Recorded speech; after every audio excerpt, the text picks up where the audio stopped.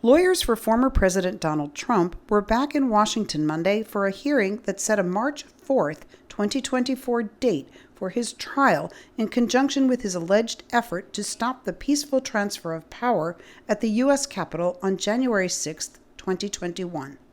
Trump's lawyers had no comment for VOA, but expressed their disappointment to the judge. They had asked to put off the trial until April 2026, after the November 2024 presidential elections.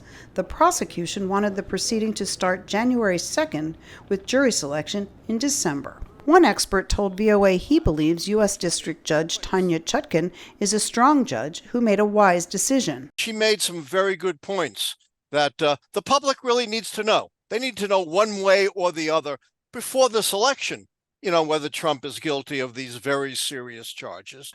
A grand jury of citizens in Washington voted to indict Trump on 4 felony counts in the case, including conspiracy to defraud the United States and conspiracy to obstruct an official proceeding. He has pleaded not guilty to the charges and has repeatedly claimed, without evidence, that the charges are politically motivated. How can my corrupt political opponent, crooked Joe Biden, put me on trial during an election campaign that I'm winning by a lot, but forcing me nevertheless to spend time and money away from the campaign trail in order to fight bogus, made-up accusations and charges?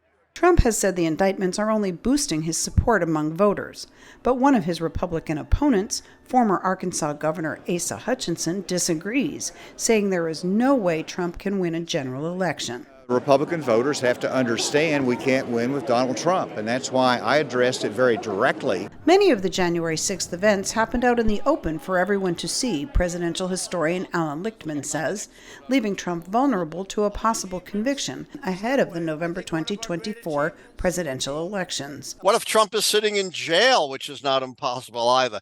Technically, he could still run, but would the Republicans really want, at the top of their ticket, a guy who's been convicted of subverting our democracy?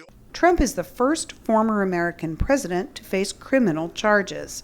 If convicted, he could spend the rest of his life behind bars. He is also facing charges in New York, Georgia, and Florida. For Cindy Sain, Amy Katz, VOA News.